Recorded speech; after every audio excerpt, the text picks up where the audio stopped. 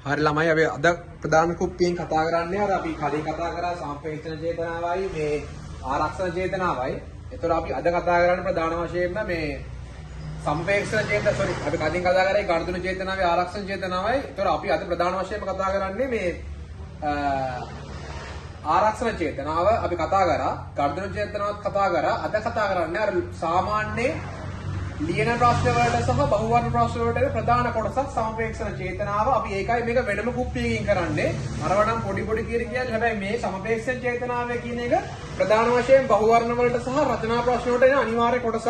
ඒතර ඔයාලා අනිවාර්යෙන් දැනගන්න ඕනේ මේකේ මොනවද මේ තියෙන සංකල්ප අනිවාර්යෙන් බහුවර්ණ වලට එනවා. ඒ වගේම තමයි ලියන ප්‍රශ්න වලටත් අනිවාර්යෙන් මේ සමපේක්ෂණ චේතනාව ප්‍රධාන වශයෙන් වෙනවා. එතකොට ඔයාලට පේනවා ඉස්සෙල්ලාම මොකද්ද මේ සමපේක්ෂණ චේතනාව කියලා කියන්නේ. ඔයාලට පේනවා එතකොට මේ සම්පේක්ෂණ චේතනාව ඉටු වෙන්න නම් ඉරිහන් ප්‍රශ්නයක් අහන්න පුළුවන්. මොදලේ කුමන කාර්යද ඉටු වෙන්න ඕනේ කියලා ප්‍රධාන වශයෙන්ම මෙන්න මේ වටිනාකමේ සම්නිධියේ කාර්ය ප්‍රධාන වශයෙන් ඉටු වෙන්න ඕනේ. ඒ වටිනාකමේ සම්නිධියේ කාර්ය කියලා කියන්නේ ප්‍රධාන වශයෙන්ම අනාගතයේදී ප්‍රයෝජන ගැනීම සඳහා වර්තමානයේදී මුදල් ශිෂ්‍ය ළඟ තබා ගැනීම. ඒ කියන්නේ ඔයාලගේ අම්මලා තාත්තලා හිතන්නකෝ එක්කෝ විවාහයට හරි උසස් අධ්‍යාපන කටයුතු සඳහා හරි මොකක් හරි ගෙයක් හදන්න හරි වර්තමානයේදී මොකද කරන්නේ? සල්ලි FD එක හරි ඉතුරුම් තැන්පතුක හරි දාලා තියෙනවා. එතකොට එහෙම තියන්නේ ඇයි? ප්‍රධාන වශයෙන්ම මේ මුදලේ වටිනාකමේ සම්නිධියේ කාර්ය නිසා. හේතුව අද මුදල් ඉතුරු කරොත් ඔයාලට අවුරුදු 5කින් හරි මේ මුදල් ටික ගන්න පුළුවන්. හැබැයි ඔයාලගේ අම්මලා තාත්තලා කවදාවත් ඔයාලා වෙඩින් එකට හරි අධ්‍යාපන කටයුතු සඳහා හරක් ඇති කරනවා. ඒ කියන්නේ හරක් ඇති කරලා අවුරුදු 5 විතරනේ එහෙම අදහසක් නැහැ. අම්මලා තාත්තලා මොකද කරන්නේ? අර ඉතුරුම් කරන්නේ. ප්‍රධාන වශයෙන් ඉතිරි කිරීම. ප්‍රධාන වශයෙන් ඉතිරි කරන්න මෙන්න මේ මුදල් අපි ළඟ මේ මුදල් FD එක හරි ස්ථාවර තැන්පතුට FD එකක් නැත්නම් මේ ඉතුරුම් තැන්පතුවක් වගේ දාලා තියෙනවා. ඒතකොට ඒකට ප්‍රධානම හේතුව තමයි මොකද්ද? මෙන්න මේ මුදලේ වටිනාකමේ සම්නිධිය. ආයෙ කිව්වොත් එහෙම අනාගතයේදී ප්‍රයෝජන ගැනීම සඳහා වර්තමානයේදී මුදල් මොකද කරන්නේ? අම්මලා තාත්තලා ඉතුරු කිරීමේ මාර්ගවල යෙදවලා තියෙනවා. ඒතකොට එහෙම කරන්න මෙන්න මේ මුදලේ වටිනාකමේ සම්නිධිය කාර්ය උපයෝගී වෙලා තියෙනවා. ඒතකොට සමපේක්ෂණ චේතනාවට බලපාන ප්‍රධාන මුදලේ කාර්ය හවොත් ඔයාලා කියන්න ඕනේ මොකද්ද? මෙන්න මේ මුදලේ වටිනාකමේ සම්නිධිය කාර්ය කියලා කියන්න ඕනේ. හරිද? ඒතකොට ඒක මතක තියාගන්න. ඊළඟ ඔන්න කියන පොඩි නිර්වචන කැලලා ලාභ පරමාර්ථයේ මුදලට ඇති ඉල්ලුම තමයි මෙන්න මේ සමපේක්ෂණ ඉල්ලුම කියලා කියන්නේ ප්‍රධාන වශයෙන්ම. ඒ කියන්නේ මේ මිනිස්සු ලාභ ලබන්න තමයි මෙන්න මේ මුදල් ශේෂ ළඟ තබා ගන්නෙ. එතකොට හැබැයි අර කලින් චේතනාවන් මොකද කරේ? ගනුදෙනු චේතනාව ළඟ මේ මුදල් ළඟ තබා ගත්තේ ඇයි? අර ආදායම් ලැබීමයි වියදම් කිරීමයි සමපාත නැති නිසා ඒ දෙක අතර තියෙන අර අතරමැද හිඩස පුරවන්න තමයි ගනුදෙනු චේතනාවේ මුදලට ඇති ඉල්ලුම කරේ.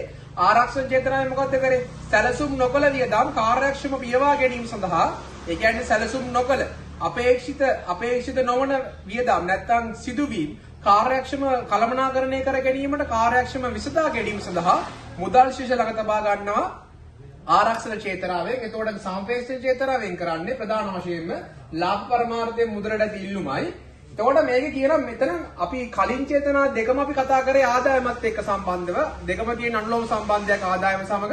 හැබැයි මෙතන කතා කරන ප්‍රධාන වශයෙන්ම අනාගත පොලි අනුපාතයේ කෙරෙහි වෙනස්කම් මත නැත්නම් පොලි අනුපාතකයේ සහ මෙතන අපි කතා කරන්නේ සම්පේක්ෂණ මුදල් ඉල්ලුමයි පොලි අනුපාත අතර ප්‍රතිලෝම සම්බන්ධයක් තමයි තියෙන්නේ. කියන්නේ මෙතන වෙනස් වෙනවා විචල්්‍ය ආදායමනේ මේ මෙතන තියෙන්නේ. ප්‍රධාන වශයෙන් මොකක්ද තියෙන්නේ? පොලි අනුපාත. ඒතර පොලි අනුපාතත් එක්ක තමයි මේක කතා කරන්නේ. එතකොට මෙන්න මේ සම්පේක්ෂිතතාව වැදගත් කරුණු දෙකක් තියෙනවා. මේකේ ළමයි අපි සම්පේක්ෂිතතාව කතා කරද්දී අපි හිතන්නේ මිනිස්සු පිළිනපත්වල ගනුදෙනු කරනවා කියලා. ඒතර මේ පොලි අනුපාත සහ පිළිනපත්වල මිල අතර සම්බන්ධය බේස් එකක් කරගෙන තමයි කොහොමද මේ සම්පේක්ෂණ මුදල් ඉල්ලුම බලපාන්නේ කියන එක කතා කරන්නේ. තේරෙනවද? කියන්නේ මෙතන අර පොලි අනුපාත වෙනස් වෙනවා, පිළිනපත් වෙනස් වෙනවා. එතකොට ඊට පස්සේ තමයි අපි ප්‍රධාන වශයෙන්ම කතා කරන්නේ මොකද්ද මේ කොහොමද මේකට බලපෑම් ඇති වෙන්නේ කියලා. නිසා මෙතනින් අදහස් විතර අපි දෙන්නේ. එතකොට මේ අනාගත පොලි අනුපාත කෙරෙහි වෙනස්කම් මත තමයි මේ සම්පේක්ෂණ කරන ප්‍රධාන වශයෙන්ම මේ අපි විස්තර කරනවා. දැන් කොහොමද මේ පොලි අනුපාත වැඩි වුණොත් අනාගතයේදී මොකද වෙන්නේ? වර්තමානයේ පොලි අනුපාත වැඩි වුණොත් පිළිනපත් වලට විල මොකද වෙන්නේ? ඒ ඔක්කොම අපි කතා කරනවා සම්පේක්ෂණ චේතනාව යටතේ. හරි. එතකොට අපි දැන් යමු කොහොමද මේ පිළිනපතේ මිල සහ ඔයාලට මෙතන පේනවා මේවා පිළිනපතට දාලා රුපියල් 1000. ඒතර ඔයාලට පේන මේ වර්තමාන පොලියට මොකක් හරි පොලියක් වැඩි වෙනවා වගේ 10 20 50 වෙනවා. ඒතර පිළිනපතේ විල මොකද වෙන්නේ? එන්න අඩු වෙනවා. ඒතර ඔයා දැනගන්න ඕනේ පොලි අනුපාතය සහ පින්නපත් මිල අතර තියෙන්නේ මොන සම්බන්ධයක්ද? ප්‍රතිලෝම සම්බන්ධයක් කියලා. කියන්නේ පොළි අනුපාත වැඩි වෙන්න පින්නපතේ මිල මොකද වෙන්නේ? අඩු වෙනවා. ඊළඟ බවට මම දන්නේ ඔන්න පොළි අනුපාත වැඩි කරා. පින්නපතේ මිල මොකද වෙන්නේ? ඔන්න වැඩි වෙන්න ගන්නවා. ඒතර එතන මොකද්ද කියන්නේ?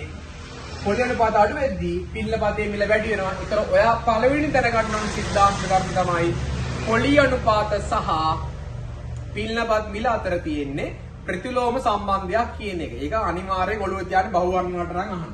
හරි අපි දැන් ඒකත් එක්ක සාපේක්ෂ චේතනාව කෙටියෙන් අපි මේ chart එකේ ඉගෙන ගමු. හරිද? එතකොට හිතන්න ඔයා නෙමෙයි. හරිද? එතකොට හිතන්නේ මෙතන නම් සාපේක්ෂක. හරිද? සාපේක්ෂක කියලා જાතියක් ඉන්නවා. එතකොට සාපේක්ෂකයේ හිතනවා දැන් ඔන්න දැන් වර්තමානයේ ළමයි පොළි අනුපාත වැඩි වෙනවා. එතකොට ඔයාලට මේ chart එකෙන් බලන්න පුළුවන් පොළි අනුපාත වැඩි වෙද්දී වර්තමානයේදී පින්නපතේ මිල මොකද? අඩුයි. අඩු වගේ මේ දැන් එන්නේ අඩු වෙනවා මේ 1000 පින්නපතේ 500 ගන්න පුළුවන් මෙතන මේ බේරානේ. 900 800 500. හිතන්න දැන් අපි ඉන්නේ 500 කියලා. ඔන්න අපි දැන් පින්නපතේ වෙළඳපොළ මිල 500. හේතුව ළමයි ඔය සාපේක්ෂක කියන්නේ දීර්ඝ කාලීනක් මේ මූල්‍ය වෙළඳපොළේ අධ්‍යයනය කරලා තියෙනවා. එයා දන්නවා සාමාන්‍යයෙන් පින්නපත උපරිම වැඩි වෙන ගාණක් දන්නවා. සාමාන්‍යයෙන් එයාට කියන්න පුළුවන් පින්නපත පොළි අනුපාත අඩු වෙන ගාණ උපරිම අවම ගාණ කියන්නේ අඩු වෙන අවම ගාණ කියන්නත් පුළුවන්. පොළි අනුපාත වැඩි වෙන උපරිම ගාණ යාට සාමාන්‍යයෙන් ඇස්තමෙන්තුවක් කරගන්න පුළුවන්. සාපේක්ෂක කියන්නේ දීර්ඝ කාලීනයක් මේ මූල්‍ය වෙළඳපොළේ කටයුතු කරමින් තමයි ඉන්නේ. එතකොට වර්තමානයේ පින්නපත මිල අඩුයි. එතකොට සාපේක්ෂකේ අපේක්ෂා කරනවා. ඔයාලට පේනවා මෙතන ලියලා තියෙනවා අපේක්ෂා කරනවා. එයා හිතනවා වර්තමාන පොළිය වැඩි වෙද්දී අනාගත පොළිය අඩුයි. ඒතර බලන්න මේ අනාගත පොළිය අඩු වෙන්න ගන්නවා. ඒතර පින්නපතේ මිල මොකද වෙලා තියෙන්නේ? වැඩි වෙලා නෙවෙන්නේ. එතකොට අන්න සාපේක්ෂකයට මතක් වෙනවා පොළි අනුපාත අඩු වෙද්දී අනාගත පින්නපතේ මිල මොකද වෙන්නේ? වැඩි වෙන්න ගන්නවා. ඒ කියන්නේ අද 500ට ගත්තොත් එයාට ඒක 800ට හරි 900ට හරි 950කට හරි විකුණන්න පුළුවන් කියලා එයාට අදහසක් එනවා. ඒතර එයා වර්තමානයේදී අපි සමපේක්ෂණ චේතනාවෙන් හිතනවා සල්ලි ළඟ තියාගෙන ඉන්නවා කියලා. කියන්නේ සමපේක්ෂණ චේතන නැත්තම් ලාභ මරමාර්ථයෙන් සල්ලි වගේක් ළඟ තියාගෙන ඉන්නවා. ඒ සල්ලි අරගෙන හිතන පර්සෙන් හරි බකට් එකෙන් හරි ගන්නවා කියලා. බකට් එකෙන් අරගෙන එයා මොකද කරන්නේ? පින්නපත් මිලදී ගැනීමක් සිදු කරනවා. අපි ඕකට සාමාන්‍යයෙන් කියනවා ගැනුම් නම්බු සමපේක්ෂණයක් කියලා. ඒ කියන්නේ එයා පින්නපත් මිලදී ගන්නවා. එයාගේ ඔළුවට එනවා මොකද්ද? මම මෙතන තියෙනවා අඩු මිලට අරගෙන වැඩි මිලට අනාගතයේදී අලෙවි කරලා ප්‍රාග්ධන ලාභ ලබා ගන්න පුළුවන්. එතකොට අර බකට් එකේ තිබ්බ අර ලාභ පරමාර්ථය හිතන්න බකට් එකකට සල්ලි දාලා තියෙන කියලා. ඒ බකට් එකෙන් සල්ලි ගත්තා කියලා කියන්නේ සාපේක්ෂණ චේතනාවෙන් ළඟ තබාගත් මුදල් ටික මොකද වෙන්නේ? අඩු වෙනවනේ. ඇයි බකට් එකේ සල්ලි අරන්නේ පින්නපත් ගන්නෙ? ඒතර මේ බකට් එකේ සල්ලි අඩු වෙනවා කියලා කියන්නේ ඔයාලට මම මෙතන ඉලිය තියෙනවා. පින්නපත් මිලදී ගැනීම නිසා අතේ තිබුණු සල්ලි අඩු වෙන. නැත්නම් බකට් එකේ තිබ්බ සල්ලි ටික අඩු වෙනවා. ඒ කියන්නේ මෙතන සාපේක්ෂ චේතනාව ඉන්න ඕනේ. සාපේක්ෂ චේතනාවෙන් මුදලට තීල්ලුව මොකද වෙන්නේ? මෙතන වෙනස් වෙනවා. හරිද? සාපේක්ෂ චේතනාවෙන් මුදලට තීල්ලුව අඩුවේ හේතුව එයා අතේ සල්ලි තියාගන්නේ නැහැ. එයා ඒ මුදල් ශේෂ ටික පින්නපත්වල ආයෝජනය කරනවා. තේරුණාද මේ කතාව? එයාට බකට් එකේ තිබ්බ සල්ලි ටික අරගෙන එයා පින්නපත් මිලදී ගන්නවා. ඒතොර එයා ලාභ පරමාර්ථයෙන් බකට් එකේ සල්ලි තියාගත්තා. අතේ සල්ලි තියාගත්තා. ඒ ටික මොකද වෙන්නේ? එයා තවදුරටත් කැමති නැහැ. මෙන්න මේ මුදල් ටික ළඟ තබා ගන්න හේතුව එයාට අයිඩියා කරනවා දැන් පින්නපත 500ට අරගෙන අනාගතයේදී 800ට හරි 900ට හරි 950කට හරි වැඩි මිලකට විකුණලා ප්‍රාග්ධන ලාභ ලබා ගන්න පුළුවන් කියලා එයාට අදහසක් එනවා ළමයි. ඒ නිසා සාපේක්ෂකය මොකද කරන්නේ? බකට් එකේ සල්ලි ගත්ත ගමන් එයා ගතේ සල්ලි අඩු වෙනවා. ඇයි ඒ මුදල් ශේෂ පින්නපත් කරගන්න නැත්නම් මුදල් ශේෂ පින්නපත්වල ආයෝජනය කිරීමක් සිදු වෙනවා. එතකොට බලන්න ඊළඟට බලන්න මෙන්න මෙතන මේ රූප සලහන වට පේනවා. මේ රූප සලහනේ පේනවා පොළි අනුපාත වැඩි වෙනකොට මුදල් ඉල්ලුම මොකද වෙන්නේ? අඩු වෙනවා. සාපේක්ෂ චේතනාවේ මුදල් ඉල්ලුම මොකද වෙන්නේ? අඩු වෙනවා. ඒතර බලන්න අපේ කතාව හරි. ඔන්න මොකද වෙන්නේ? පොළි අනුපාත වැඩි වෙනකොට පින්නපත් මිලදී ගැනීම නිසා අතේ තිබුණු සල්ලි අඩු වෙයි. කියන්නේ බකට් එකෙන් සල්ලි ටික අරගෙන පින්නපත් වලට ආයෝජනය කරනවා. පින්නපත් මිලදී ගන්නවා. මෙයා මොකද ප්‍රධාන වශයෙන්ම මෙයා අතේ නැත්තම් මේ ලාභ පරමාර්ථයෙන් මුදල් ටික අන්න ආයෝජනය කරනවා. තේරෙනවද? ලාභ පරමාර්ථයෙන් ළඟ තබාගත්ත සල්ලි ටික අර බගට් එකේ නේ තියෙන්නේ. ඒතකොට බගට් එකේ තියෙන ලාභ පරමාර්ථයෙන් සල්ලි ටික මොකද කරන්නේ? එයා ආයෝජනය කරන නිසා අන්න එතන මුදල් ශේෂ අඩු වෙනවා. ඒකයි කියන්නේ ඊළඟ MCQ පොයින්ට් එක තමයි පොලි අනුපාත සහ පිළිපත් වල මම මෙතන වාක්‍යය ලියුවා නෙමෙයි. සම්පේක්ෂණ මුදල් ඉල්ලුම සහ පොලි අනුපාත අතර තියෙන මොන සම්බන්ධයක්ද? ප්‍රතිලෝම සම්බන්ධයක් කියන්නේ දැන් ඔයාලට තේරෙනවා. මෙන්න මේ රූප සලකන ඉස්සලාම් කියලා තේරෙන්නේ නැති නිසා මෙන්න මේ විස්තරය ලිව්වේ. එතකොට මතක තියාගන්න ඕනේ පොලිය සහ පිළිපත් වල අතර තියෙන ප්‍රතිලෝම සම්බන්ධයක්. පොලිය සහ සම්පේක්ෂණ මුදල් ඉල්ලුම අතර තියෙන ප්‍රතිලෝම සම්බන්ධයක් අනිවාර්යෙන් බහුවර්ණ පේපරේ අහනවා. අනිවාර්යෙන් අහන තැන තමයි ඔව්. හරිද? ඊළඟට ගැටුම් නම්බර සම්පේක්ෂණ දැන් මම ඒ වීඩියෝ එක මම කිව්වනේ මුලින්ම. ඒවා මතක තියාගන්න ආයි රිපීට් කරන්නේ ඒවා.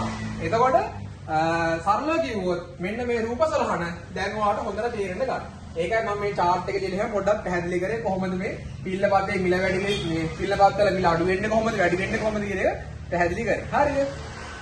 එතකොට අපි මුලින් කතා කරා මෙන්න මේ පොලි අනුපාත සහ පිළිපත් මිල අතර ප්‍රතිලෝම සම්බන්ධයක් කියන එක මේකෙන් පේනවා ඒක. ඊළඟට ඔයාලට පේනවා සම්පේක්ෂණ මුදල් ඉල්ලුම හා පොලි අනුපාත අතර තියෙන මොන සම්බන්ධ ප්‍රතිලෝම සම්බන්ධයක් කියන එක ඔයාලට තේරෙනවා. දැන් ඕක අනිත් පැත්තට යන් අපි. දැන් මොන වර්තමාන පොලි අඩුයි. ඒක සම්පේක්ෂකයෝ හිතන අනාගත පොලිය මොකද වෙන්නේ? වැඩි වෙනවා. වර්තමානයේදී පොලි අනුපාත අඩු වෙද්දී පිළිපතේ මිල මොකද වෙන්නේ? C grade. පොලි අනුපාත අඩු වෙද්දී පිළිපතේ මිල C grade වැඩි වෙනවා. හිතන්න එතකොට සම්පේක්ෂකයා හිතනවා මොකද? මම හිතන්නකො මම පිළිපත් කලින් එයා ගන්නද හිතන්නකො. දැන් එයා ගාව පිළිපත් ටිකක් තියෙනවා. එයා හිතනවා දැන් විකුණ ගන්න බැරි වුණොත් මට පාඩුයි. ඒ කියන්නේ මට ප්‍රාග්ධන අලාභයක් මුක්ති විඳින්න වෙන අනිවාර්යයෙන්ම. හේතුව ඇයි? වර්තමාන පොලි අඩු වෙද්දී දැන් සුපිරි මිලකට පිළිපත තියෙන්නේ. හැබැයි එයා හිතනවා අනාගතයේදී පොලි අනුපාත වැඩි වෙන මේ අපේක්ෂා කරනවා කියලා කියන්නේ ඒකයි. හරිද? අපේක්ෂා කරන මේක වැඩි වෙන නිසා එයාට ඔළුවට අයිඩියා එකක් එනවා පිළිපතේ මිල අනිවාර්යෙන් බහිනවා. එයා දන්නවා අන්න ඒක ස්ටඩි කරලා එයා මොකද කරන්නේ? පිළිපත් විකිණීමක් සිදු කරනවා. ඒ අතේ තියාගත්ත පිළිපත් ටික විකුණලා සල්ලි කරගන්නවා. දැන් කලින් එකේ උනේ මුදල් ශේෂ පිළිපත් කරගන්න ඕනේ. දැන් මෙතන පිළිපත් තියෙනවා මුදල් ශේෂ කරගන්න. තේරෙනවද කියන එක? එතකොට එයා මොකද්ද කියන්නේ හේතුව අනාගතයේදී පිළිපත් මිල අඩු වෙන නිසා ඉහළ මිලකට විකුණා ගත නොහැකිය. ඒ කියන්නේ මොකද්ද? ප්‍රාග්ධන අලාභ ලබන්න වෙනවා. ඒ නිසා ඒ කියන්නේ අනාගතයේදී මිල අඩු විට අනාගතයේදී පිළිපතේ මිල අඩු වෙන විට මොකද වෙන්නේ? පාඩු ලැබෙන නිසා නැත්නම් ප්‍රාග්ධන අලාභ ඇති වෙන නිසා එයා ශනිකව මොකද කරන්නේ? ගත්ත පිළිපත් ටික විකුණන්න ගන්නවා. එතන පිළිපත් ගන්න ඇයි? පිළිපත් ගන්න නැත්තේ. පිළිපතේ මිල වැඩි. එයාට ගන්න ඕන නම් අනාගතයේදී ගන්න පුළුවන්. වර්තමානයේදී ගන්න නැත්තේ. පිළිපත් ළමයි වැඩි මිලකට දැන් අඩු ගන්නට දෙන්න වෙන්නේ. ඒ නිසා එයා ඒක කරන්නේ නැහැ. එයා මොකද කරන්නේ? එයා බුද්ධිමත්ව හිතනවා. දැන් තමයි උචිත සමය පිළිපත් ටික විකුණන්න. ඒ නිසා පිළිපත් ටික විකුණනවා. දැන් විකුණද්දි මොකද වෙන්නේ? ආයෙත් අර බගට් එකට සල්ලි වැඩි වෙනවා. ඒ කියන්නේ හිතන්න බගට් එකේ දැන් සල්ලි කලින් අඩු වුණානේ. ඒතකොට මේ බගට් එකේ සල්ලි ටිකක් තිබ්බනම් අන්න ඒකට ආයෙ සල්ලි ටික එකතු වෙනවා. ඒ කියන්නේ ආයෙ ලාභ පරමාර්ථයෙන් උදාජිනි වැඩි වෙනවා. ඒ කියන්නේ ආයෙ ලාභ ලබන්න නැත්නම් අනාගතයේ ආයෝජනය කරන ඔන්න සල්ලි එනවා. බගට් එකට සල්ලි එනවා. අන්න ඒ නිසා මොකද වෙන්නේ බලාගන්න. පිළිපත් විකිණීම නිසා අතට මුදල් එනවා. ඒතර සම්පේක්ෂණ චේතනාවේ මුදලට තිල්ලෝ වැඩි වෙනවා.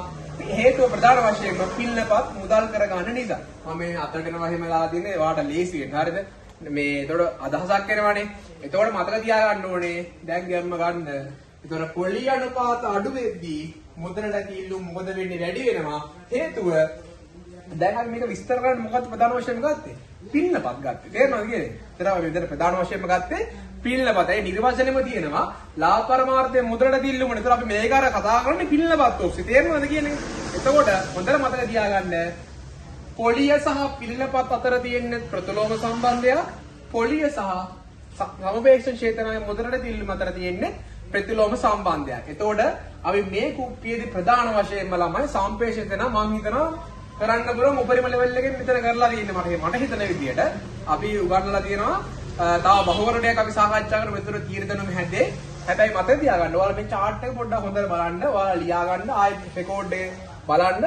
සරලව කිව්වොත් වර්තමාන පොලිය වැඩි වෙද්දී වර්තමාන පිළිපත අඩුයි ළමයි. ඒතර සම්පේක්ෂකයට ඔලුවට එනවා දැන් මොකද්ද කරන්න ඕනේ? දැන් ගන්න ඕනේ. හේතුව වෙයි එයා හිතනවා අනාගත පොලි අනුපාතය අඩු වෙනවා පිළිලපත් මිල වැඩි වෙන නිසා දැන් ගත්තොත් ඉහළ මිලකට විකුණන්න පුළුවන්. අර බකට් එකේ තිබ්බ ලාභ පරමාර්ථයෙන් ළඟ තබාගත්ත බකට් එකේ සල්ලි ටික ගත්තා පිළිලපත් වල ආයෝජනය කරා. ආයෝජනය කරපු ගමන් ඇයි ආයෝජනය කරන්නේ? එයා ලාභ පරමාර්ථයෙන් ආයෙ ළඟ තබා ගන්න ඒක ආයෝජනය කරනවා. ඒතර බකට් එකේ තිබ්බ සල්ලි ටික මොකද වෙන්නේ? අඩු වෙනවා. එතකොට පිළිලපත් මිලදී ගන්න නිසා අතේ තිබ්බ සල්ලි අඩු වෙයි. නැත්නම් අර බකට් එකේ තිබ්බ සල්ලි අඩු වෙනවා. හේතුව තමයි එයා ලාභ පරමාර්ථයෙන් තියන් ඉන්නවනම් එයා ලාභයක් ලබන්න නම් මුදල් ආයෝජනය කරන්න ඕනේ. ඒතර ලාභ පරමාර්ථයෙන් සල්ලි තියාගත්තේ නැත්නම් මේ ලාභයක් ලබද්දී ආයෝජනය කරන වැඩක් නැහැ. ඒ නිසා ලාභ ගන්න එයා මොකද කරන්නේ? බකට්ටෙන් සල්ලි අරන් ආයෝජනය කරා. ඊළඟ සල්ලව කිව්වොත් එහෙම වර්තමාන පොලි අඩු වෙද්දී පිළිලපතේ මිල වැඩි ගන්න නෙමෙයි යන්නම. ඇයි? එයාට ඔළුවක් තියෙනවා. එයා දන්නවා වර්තමානයේ පොලි අනුපාත අඩු වෙද්දී අනාගත පොලි වැඩි වෙනවා. අනාගතේ පිළිනපත් මිල අඩු වෙනවනේ. එතකොට එයා මොකද කරන්නේ? එයා දන්නවා දැන් එයාගේ අතේ තිබ්බොත් පිළිනපත අනාගතේ අඩු මිලකට විකුණන්න වෙන්නේ. ඒ නිසා ප්‍රාග්ධන අලාභය තියෙනවා. ඒ නිසා මම ඒකට කරන්නේ මම වර්තමානයේදී ඉක්මනින් පිළිනපත් විකුණලා නැත්තම් පිළිනපත් මුදල් ශේෂ බවට පරිවර්තනය කරගන්නවා. එතකොට ආයෙත් අර බකට් එකට සල්ලි එනවා. හේතුව ඔන්න මම ආයෙත් සල්ලි තියන් ඉන්නවා. මොකද මගේ අතේ තියෙන සල්ලි ගන්න වැඩි වෙනවා. ආයෙ ආයෝජනය කරන්න. එතකොට සරලම කිව්වොත් මතක තියාගන්න මෙන්න මේ සිද්ධාන්තය මතක තියාගන්න අපි ඊළඟ කුප්පියෙන් කරනවා තවත් 7 වෙනි පාඩමට අදාළ තියරි කොටසකට අදාළ බහුවර්ණ සහ ව්‍යුහගත රචනාවට අපි රචනාවට ලියන්නේ කොහොමද සහ ඒකට අදාළ තියෙන සිද්ධාන්ත අපි කතා කරනවා. එහෙනම් අපිත් ඒ රැඳී සිටින්න අපි එන ඊළඟ උපසිරසේ මම මේක කියලා පාඩම් ජය වේවා කියලා ප්‍රාර්ථනා